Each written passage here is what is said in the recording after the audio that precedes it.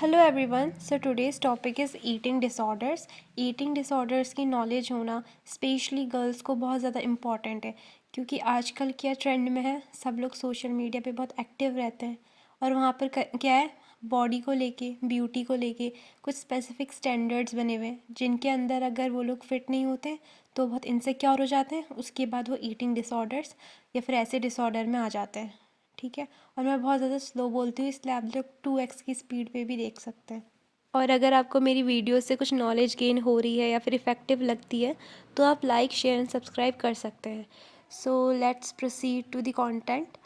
तो सबसे पहले हम पढ़ेंगे एनोरेक्सिया नर्वोसा। एनोरेक्सिया नर्वोसा एक ऐसा डिसऑर्डर है जिसमें एकदम highly specific behavioural and psychopathological symptoms हमें देखने को मिलते हैं, जो खासकर सोमैटिक साइंस होते हैं, मतलब बॉडी से रिलेटेड होते हैं। मतलब हमें फिजिकल चेंजेस भी दिखेंगे पेशेंट में। जैसे हम साइकेट्री में क्या क्या पढ़े, मेंटल चेंजेस कैसे कैसे दिखते हैं, मोस्टली हम उस पर फोकस करते हैं, पर इसमें हमें फिजिकल चेंजेस भी दिखते हैं साथ में मेजरली। और ये सबसे ज़्यादा फीमेल्स में कॉमन है, मेल्स पे उतना कॉमन नहीं है, फीमेल्स में ज़्यादा कॉमन है। और ये होता किससे रिलेटेड है? फैटनेस से रिलेटेड, वेट फोबिया से रिलेटेड, ड्राइव और थिननेस से रिलेटेड। मतलब ये होता है ना कि पेशेंट को लगता है कि मैं बहुत ज़्यादा मोटा या मोटी हो गई हूँ और मुझे वेट लॉस करने की बहुत ज़्यादा ज़रूरत है। उनको थोड़े से भी वेट गेन से बहुत फोबिया होता है, वो खुद की बॉडी से हैप्पी नहीं होते, उन्हें लगता है कि उनको स्किनी होने की ज़रूरत है, जिसकी वजह से क्या होता है, वो खुद को स्टार्व करते हैं। वो चीज़ हम आगे पढ़ते हैं क्या क्या होता है। ठीक है। अब हम देखते हैं क्या क्या कॉजेज़ हैं एनोरेक्सिया नर्वोसा होने की। सबसे पहले हमारे पास जेनेटिक कॉज। तो अगर आपकी सिबलिंग को एनोरेक्सिया नर्वोसा है तो आपको भी होने के बहुत ज़्यादा चांसेस हैं। अगर हाइपोथैलेमिक फंक्शन में कुछ डिस्टर्बेंस आ गया है या फिर सोशल फैक्टर्स की वजह से, जैसे कि कुछ कुछ ऑक्यूपेशंस ही ऐसी होती हैं जिनमें उनको वेट को बहुत मेंटेन रखना होता है, कुछ पर्टिकुलर केजी में ही वेट उनका वेरिएशन उसी में होनी चाहिए। जैसे कि अगर आप डांस में हैं, मतलब डांसर हैं अगर आप, या फिर कैबिन क्रू हैं, या फिर आप मॉडल हैं, तो आपको वेट का इसमें काफ़ी ज़्यादा सिग्निफिकेंस होती है इन जॉब में। फिर आते हैं इंडिविजुअल साइकोलॉजिकल फैक्टर्स। जैसे कि कुछ कुछ लोगों के मन में ये चीज़ बैठ जाती है कि हाँ, जो स्लिम एंड फिट होते हैं वही एक्चुअल में अच्छे दिखते हैं। अगर आपका थोड़ा सा भी वेट गेन हुआ तो आप बहुत, मतलब आपका लुक ही ख़राब हो जाएगा पूरा। इस चीज़ का उन्हें बहुत फियर होता है वेट गेन का। तो ये इंडिविजुअल साइकोलॉजिकल फैक्टर में आता है। देन हमारे पास है cause with in the family. कुछ फैमिलीज़ ऐसी भी होती हैं जो स्लिम एंड फिट बॉडी को ज़्यादा प्रमोट करती है और उनके अनयूजुअल इंटरेस्ट होते हैं फूड में भी, अब फिज़िकल अपीयरेंस से रिलेट करते हुए। जैसे वो लोग बिल्कुल ऑयल कट ऑफ कर देते हैं अपनी डाइट से, ताकि जो हमारा बच्चा है उसका वेट गेन ना हो जाए। तो इसका भी बहुत साइड इफ़ेक्ट है। क्यों? क्योंकि हर चीज़ ज़रूरी है, एक बैलेंस डाइट होनी ज़रूरी है। ऑयल भी उतना ही इंपॉर्टेंट है जितने कार्ब्स है, जितने प्रोटीन है। ठीक है। अब हम क्लिनिकल फीचर्स देखते हैं क्या क्या आते हैं एनोरेक्सिया नर्वोसा में। पेशेंट को एक्सट्रीम इंटेंस फियर होता है वेट गेन का। उनको बिल्कुल भी ज़रा सा भी अपना वेट बढ़ा हुआ नहीं चाहिए, और भी वो जितने अभी हैं उससे भी उनको अपनी बॉडी को थिन बनाना है, ये उनका कॉन्सेप्ट होता है माइंड में। और फन फैक्ट यहाँ पे ये है कि वो पेशेंट्स ऑलरेडी मोटे नहीं होते हैं, मतलब वो ना ओवर वेट होते हैं ना ओबीज होते हैं। जितना नॉर्मल वेट होना चाहिए उससे भी 15% उनका वेट कम होता है, नॉर्मल स्टैंडर्ड वेट से भी। ठीक है। उसके बावजूद वो ये करते हैं, तो ऑब्वियसली ये एक डिसऑर्डर में ही आएगा। अब हमें पता है कि हमें कितनी नॉर्मल कैलोरी इनटेक लेनी चाहिए। अगर मैं एक अप्रॉक्स बताऊँ मेल और फीमेल दोनों को मिला के, तो एटलीस्ट 2500 कैलोरीज तो लेनी ही चाहिए दोनों को। लेकिन ये लोग क्या करते हैं, 600 से लेके 1000 तक ही अपनी कैलोरी लिमिट रखते हैं पर डे की, जो कि बहुत ज़्यादा कम है। और अगर इन्होंने खाना खा लिया तो क्या करेंगे, वेट लॉस करने के लिए वॉमिटिंग को इंड्यूस करेंगे, मतलब खुद से वॉमिटिंग करने की ट्राई करेंगे। ठीक है, मतलब गैग रिफ्लेक्स को एक्टिवेट करके, या फिर बहुत ज़्यादा से ज़्यादा एक्सेसिव एक्सरसाइज कार्डियो वगैरह करेंगे, या फिर लैक्सेटिव्स का भी मिस यूज़ कर सकते हैं।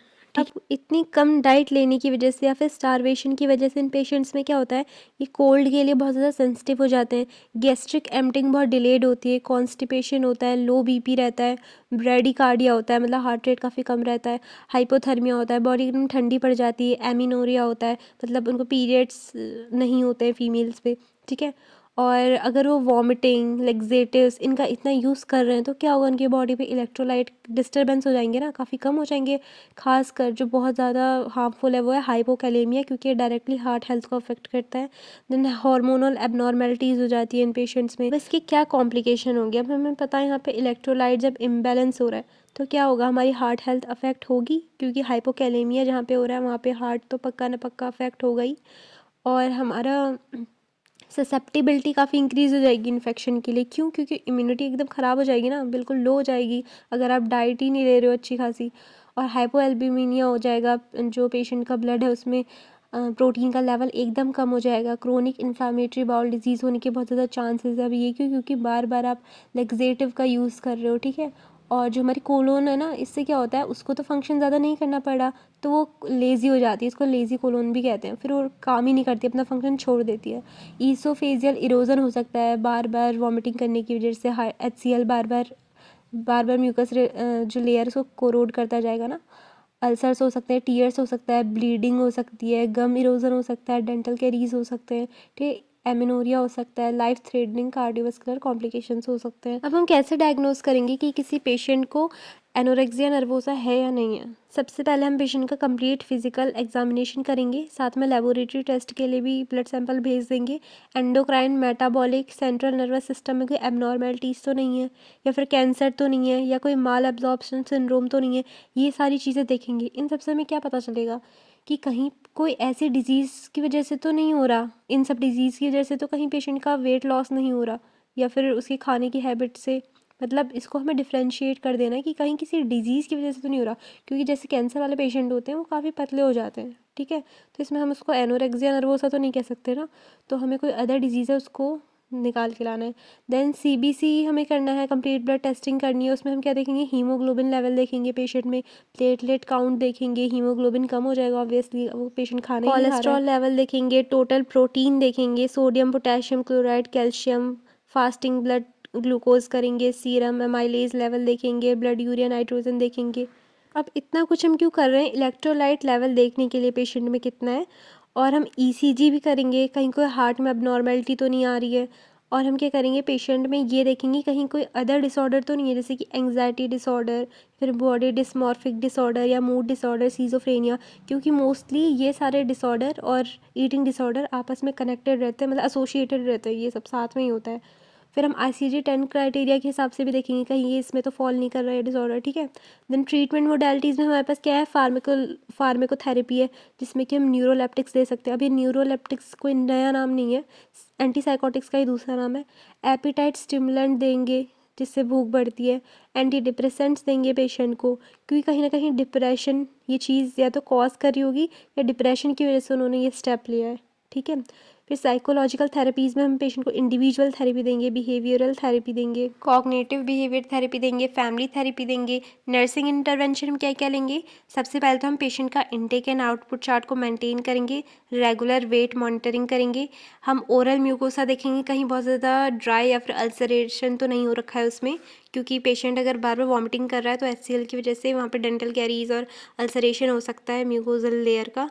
देन उसको ट्रीट करेंगे अगर वो है, और पेशेंट से बोलेंगे कि अपनी फीलिंग्स को आप वर्बलाइज़ करें। आपको अगर एंग्जाइटी हो रही है तो मुझे बताओ कि कैसा आपको लग रहा है, क्यों ऐसा लग रहा है आपको, उस चीज़ को एक्सप्रेस करो, ताकि पेशेंट की जो एंग्जाइटी वाली फीलिंग्स है वो वेंटिलेट हो सके।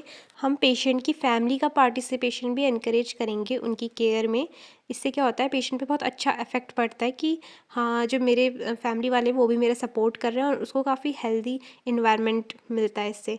और हम ऐसी बातें अवॉइड करेंगे जो ज़्यादा फूड और वेट पे फोकस्ड हो। अब हमारा जो शॉर्ट टर्म गोल है वो किस पे बेस्ड होगा? हमें करना क्या है कि हमें वेट गेन करना है पेशेंट का, क्योंकि ऑलरेडी उसका वेट बहुत ज़्यादा लॉस उसने कर चुका होगा, और ऑलरेडी 15% तो कम था ही नॉर्मल से। तो हमें उसका न्यूट्रिशनल डेफिशिएंसी को ठीक करना है, फ्लूइड इनटेक बढ़वाना है, वेल न्यूट्रिशियस डाइट देनी है पेशेंट को, हाई कैलोरी डाइट देनी है ताकि थोड़ा बैलेंस पे आ जाए पेशेंट। पेशेंट को कैलोरीज कितनी देनी है फिर? तो हमें पेशेंट को 3000 कैलोरीज देनी है at any cost her day. और हमें क्या करना है, इलेक्ट्रोलाइट मॉनिटरिंग करती रहनी है। पेशेंट में ऐसे सिम्टम्स देख रहे हैं जैसे कि एमिनोरिया, कॉन्स्टिपेशन, हाइपोग्लाइसीमिया, हाइपोटेंशन, और ये सारी चीज़ों को हमें ट्रीट करना है। देन कहीं पेशेंट वॉमिट आउट ना कर दे जो भी अभी उसको खिलाया है, उसके लिए हम क्या कर सकते हैं, बाथरूम को हम लॉक कर देंगे। खाना खिलाने के 2 आवर्स तक, उसके बाद तक, ताकि जो खाना है वो अच्छे से थोड़ा सा डाइजेस्ट तो हो ही जाए और पेशेंट वॉमिटिंग ना करे। ठीक है, हम इंश्योर करना कहीं पेशेंट वॉमिटिंग ना कर दे। और अगर वो बहुत ज़्यादा रिफ्यूज़ कर रहा है इस चीज़ में, तो हम गैविज फीडिंग भी दे सकते हैं, फिर गवाच फीडिंग, जो भी आप बोलते हैं। ओके, सो हमारा एनोरेक्सिया नर्वोसा ख़त्म हो गया है। अगली वीडियो में हम लोग बुलीमिया नर्वोसा पढ़ेंगे। Okay, thank you for listening, bye.